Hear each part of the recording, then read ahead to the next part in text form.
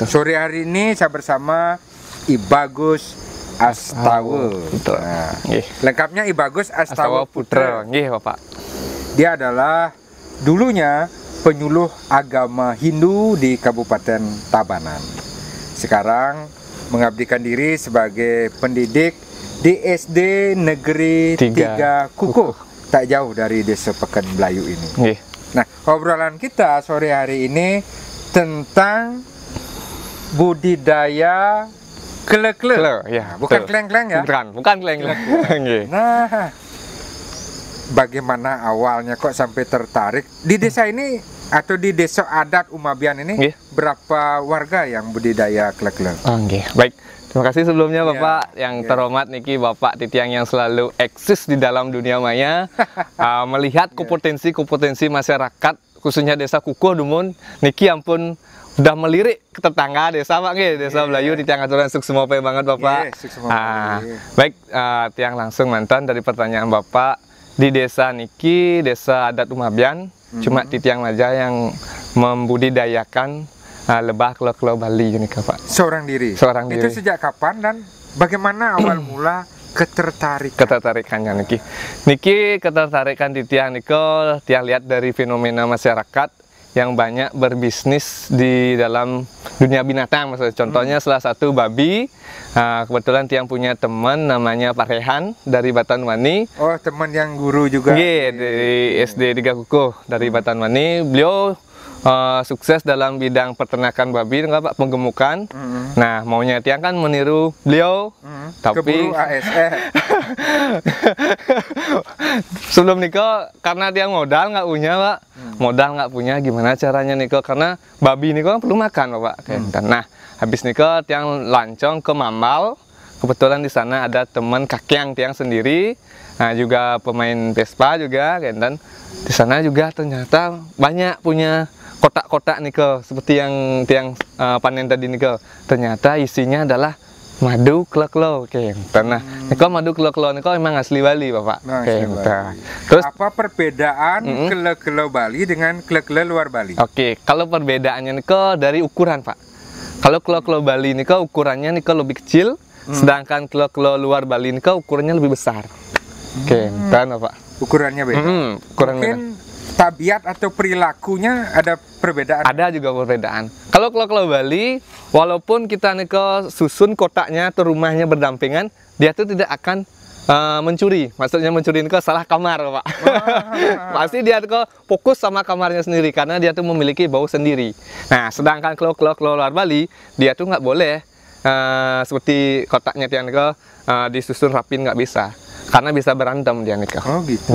Itu perilakunya, klek-kelonya. Nah, kalau klek-kelo Bali, setahu saya kan, nah ini yang diserang. Telinga. Makanya, ini saya pakai ini. Ya betul. Apa perbedaan dengan klek-kelo? Kalau klek luar nikah, dia tuh tidak juga menyerang telinga, cuma dia tuh cuma terbang kemana sana kayak pasar kalau gitu. Kalau klek Bali nikah dia tuh menyerang kita, tapi menyerang nikah dia tuh cuma nempel di kulit, tidak menggigit dia. Apalagi menyengat. Sampai luka? Tidak Pak, Kentan. Dia tuh cuma kayak ada yang menyerang gitu loh, dia tuh paling menempel, apalagi baju hitam nikah kita tuh pasti kan diserang. Kentan. Dan klek-klek Bali ini yang paling rawannya, paling bahaya ini adalah telinga. Itu aja. Kalau luar Bali dia tuh tidak mau masuk telinga. Nah, makanya kalau kita masuk ke tempat ini pakai pelindung telinga. Kecuali kalau pakai pelindung nih kalau kita mau panen harus pakai pelindung Pak nih. Ya kalau kita pengen lihat aja nggak perlu, aman Pak. Kentan perbedaannya nih. Nah, dari sana yang lanjut Pak nggih? Ya, silakan. Dari sana yang motivasi belajar sama kakek yang Titiang. Akhirnya kakek yang Titiang terbuka. Ini kembangkan Gus. Karena apa? Kita nggak ngasih makan, nggak kasih air, nggak. Cuma kita menyediakan tempat. Kentan mantan sama kita ngecek kapan waktunya panen, kapan siapnya panen, kentan aja. Berarti tidak perlu waktu ekstra ya? Iya, santai enggak Bapak. Kan perbedaannya kalau anggap kita memelihara ayam, memelihara babi, ampun ini bukannya tiang menjelekkan memelihara babi ayam enggak. Ini kan pengalaman. Tiang juga pernah memelihara babi ayam. Kalau memelihara babi dan ayam itu waktu kita yang harus cepat kita disiplin punya waktu untuk mengurus ternak nah, kita. kita ya disiplin waktu. Kalau niki mau 3 hari tiang ke sini sekali nggak apa-apa. Yang penting tiang cek aktif dia bertelur, berproduksi, kapan tiang panen. Jangan aja sampai melewati waktu panennya. Kalau sampai tiang melewati waktu panennya, madunya niko akan dia yang makan sendiri kan dan jadinya. Oh, Nggih, kan dan biasanya. Madunya dia sendiri Dia yang yang makan makan. ketika kita lambat panen. Nggih, kan dan Pak. Berapa lama Berapa lama? untuk Nggih. bisa panen? Nggih, Pak. Pertanyaannya bagus niki, banyak niki. Berapa lama sih bisa panen dan nah, niki tiang kau tidak bisa memprediksi, Bapak. Karena napi? Karena dia tuh makannya sendiri, minumnya sendiri. Semakin kencang tentaranya, anggap dah anak buahnya niko mencari makan, mencari sari-sari bunga, otomatis madu yang dihasilkan mungkin cepat. Apalagi di sekitar tiang niki, bunga yang menyebabkan dia tuh cepat menghasilkan madu adalah bunga kelapa, Pak. Bunga kelapa. Nggih, seperti niki. Makanya banyak pohon kelapa. Pohon kelapa niki. Ya, tiang karena tapi tiang fenomena maunya tiang pakai kaca pembesar kau biar percayalah tamu-tamu di tiang misalnya melihat kau memang benar nih kau makannya bunga kelapa nih kan. Nggih. Kenten niko yang faktor pertama mendukung biar madu nika cepet. Iya. Nggih. Dari pengalaman Pak Bagus Astawa sendiri, berapa hari sekali panen? Panennya. Tiang panennya niko nggak berani ngambil seenaknya, Pak. Tiang tergantung konsumen. Tidak berani sehari, 2 hari, atau menjadwalkan 3 hari sekali? Nggak berani tiang. Tergantung konsumen. Alasannya? Alasan apa? Kalau tiang panen sekarang, di habis niko tiang langsung kasih konsumen biar rasa manfaat madunya niko biar fresh lah kan. Iya, fresh biar bagus kan. Tapi kalau madu kalau dia kita panen sampai umurnya 1 bulan, 2 bulan, 3 bulan, kalau kita taruh di kulkas atau di tempat di luar kulkas nih pasti dia masih enak kok, Pak. Masih enak. Tetapi Pak Bagus Astawa memasarkan madu kelo-kelo ini ketika ada pemesanan baru panen untuk madu itu biar fresh. Luar biasa. Bagaimana peluang usaha ini? Penjualan kemana saja? Kalau penjualan di tiang niki, pelanggan setia di tiang ya dari Desa Kuko, Pak. Nggih. Salah satunya di Banjarnegara, Tegal niko, sami niko.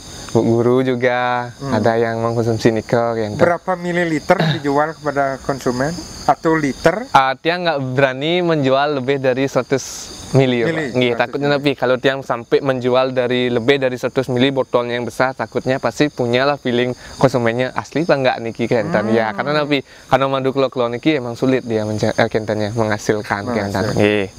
Kentan. Itu salah satu strategi agar tidak ada prediksi atau prasangka buruk. Iya, betul. Ini madu asli, madu murni, atau madu KW-KW ya. Padahal madu klek-klek, bukan madu KW-KW. Benar, Pak. Banyak punya teman konsumen itu atau teman-teman asli Pak enggak? Tiang ajak teman-teman yang di sini di desa niki, ajak tiang ajak sini ikut. Ditunjukkan langsung seperti yang disampaikan tiang lihat tadi. Nggih, Pak tiang pengen langsung panen, nggih, ayo panen langsung kentan. Gitu. Ya.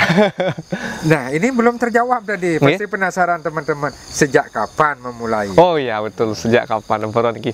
Sejak 2000 berapa ya? 2019 kalau nggak salah, Pak, kurang lebih. Oh, hampir sudah 2 tahun ya? Iya ya, 2 tahun jalan ya. 2 tahun jalan. Iya. 2019. Iya. Nah, dari 2 tahun pengalaman ini. Iya. Budidaya kele-kele ini, bagaimana? Tadi kan sudah disampaikan bahwa kita tidak berikan pakan, tidak berikan minum. Selalu punya waktu nggak untuk melihat ini kubunya? Karena jujur mantan paginya tiang niko ke sekolah, Pak, apalagi udah punya anak makin 2 otomatis nggak kesempat waktu tiang dengok ke sini pagi-paginya. Palingan tiang pulang dari sekolah, tiang ngeliat kesap ke sini, ngecek. Kalau udah aman, siapa tahu niko ada misalnya cecak biasanya yang mau makan niko, Pak. Ada semut yang masuk niko, tiang kasih dah kapur ajaib niko, Pak. Niko mantan Ya. Waktunya nih ke siang. Ya. Kalau udah libur, yang misalnya tiang kan paginya jadi guru, siangnya tukang sensor, Pak. Senso, bukan sensor ya. Senso. Teman-teman senso. Gaji. Gaji kayu. Nah, makan dari sana lah tiang mendapatkan di mana tiang dapat kelo-kelo niko, karena tiang habitat yang bekerja niko di hutan-hutan, otomatis secara tidak langsung tiang dapat sarang kelo-kelo niko nggih, kenten Bapak. Kalau kita niko bertualang ke hutan niko, lihat aja di bambu. Kalau nggak di bambu, biasanya bambu niko dipakai oleh para petani di gubuk-gubuknya niko. Biasanya pasti berisi kelo-kelo niko Bapak, kenten. Makanya di sana tiang ambil. Biasanya tiang ambil niko bukan mencuri, tiang cari bapak yang punya gubuk niko atau kubu niko. Kalau dikasih beli, oke lah. Kalau nggak dikasih beli, biasanya tiang dikasih minta. Karena apa? Petani yang awam nih tidak tahu dia manfaat madu nih karena takut telinganya diserang. Makanya Gus minta bantu nih biar disingkirkan. Nah, otomatis yang mendapatkan keuntungan yang spesial nih dapat rezeki, dapat membantu bapak petani nih kenten. Biasanya kalau nih sering dia hidupnya di bambu, habis di bambu di kayu-kayu yang kering nih Pak, yang lapuk nih pasti ada nih termasuk di pintu rumah. Ya, pintu rumah nih biasanya di areal rumah teman-teman, misalnya ada telepon aja tiang nih atau lewat bapak kepala desa tiang mau cari ke rumah. Kalau teman-teman nggak ngasih secara gratis, tiang siap mau membeli. Ya. Hubungi di nomor di bawah niki. Ini. Mungkin bisa diceritakan 100 mili tadi ya? Ya. Itu dijual berapa sih ke konsumen? 100 mili niko tiang jual harganya 100.000 untuk lokal. Biasanya kalau tamu bule tiang jual dengan harga 150.000. Bule pun ke sini ya? Oh iya, karena kemarin sahabat, desa adat Umabian ini adalah desa wisata. Terus kesan turis itu? Kesan turis nih kok ampurope banget, yang awam bahasa Inggris, yang tanya langsung guide-nya ya karena dia tuh tumen pertama kali dia tuh makan madu kelo-kelo. Biasanya madu niko kan identik pasti manis, madu lebah niko. Dia tuh kaget kok ada madu kayak asam gini gitu. Dan kedua, kok yang penghasil madu niko warnanya hitam-hitam kecil-kecil. Nah, niko yang menyebabkan tamu niko penasaran, heran dan ingin melihat secara langsung apa manfaatnya madu kelo-kelo. Semua nih, pertanyaan yang sangat luar biasa nih dari Bapak Kepala Desa ya. Kalau manfaat jujur mantan, tiang niko tidak tahu manfaatnya sendiri Bapak. Sedangkan karena dari dunia maya, tiang setiap panen, tiang upload, tiang buat karena kelo-kelo memindahkan tiang upload, konsumen niko tertarik Bapak. Tertarik, tiang beli. Kok bisa beli Bu, untuk apa nih yang tanya balik kan. Satu yang sangat berfungsi di madu kelo-kelo adalah sakit mah Pak, asam lambung. Cocok nih padahal dia asam kan? Iya, asam. Karena Napitian juga heran kenapa kalau sakit mah nih kan tidak boleh memakan asam. Ternyata informasi yang dapat dari konsumen yang saya sendiri, asam ketemu asam itu racun dan racun ya gitu Pak. Itu yang menjadinya netral. Kalau sakit mah ya, para semeton yang menderita sakit mah, usahakan mengkonsumsi niki.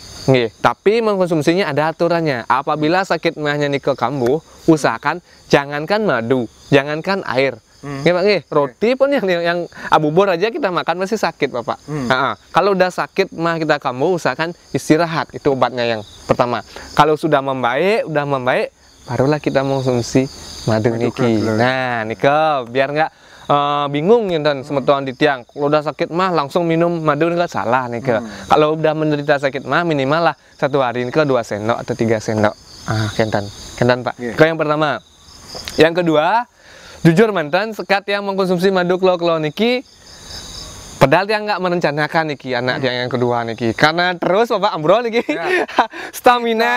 vitalitas stamina dia niki kuat. Coba semeton bayangkan pagi dia bangun pagi-pagi ngajar, habis niko pulang niko tiang angkat kayu, motong-motong kayu, gimana tenaga tiang terkuras niko.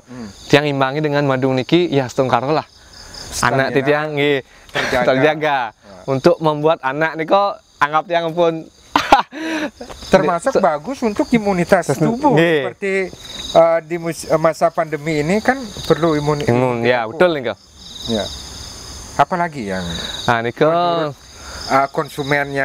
Yang bagus, kedua ya, obat luka nih Ki. Obat luka. Luka di luar maksudnya kena pisau, biasanya sariawan niko dikolesan, tapi ampura kalau luka niko kena luka misalnya langsung ketolesan madu klo niko emang rasanya sangat perih. Ya niko kita tahan untuk demi kesehatan kesembuhan. Nggih niko mantan tiang tahu dari konsumen nih Ki ampura. Nggih.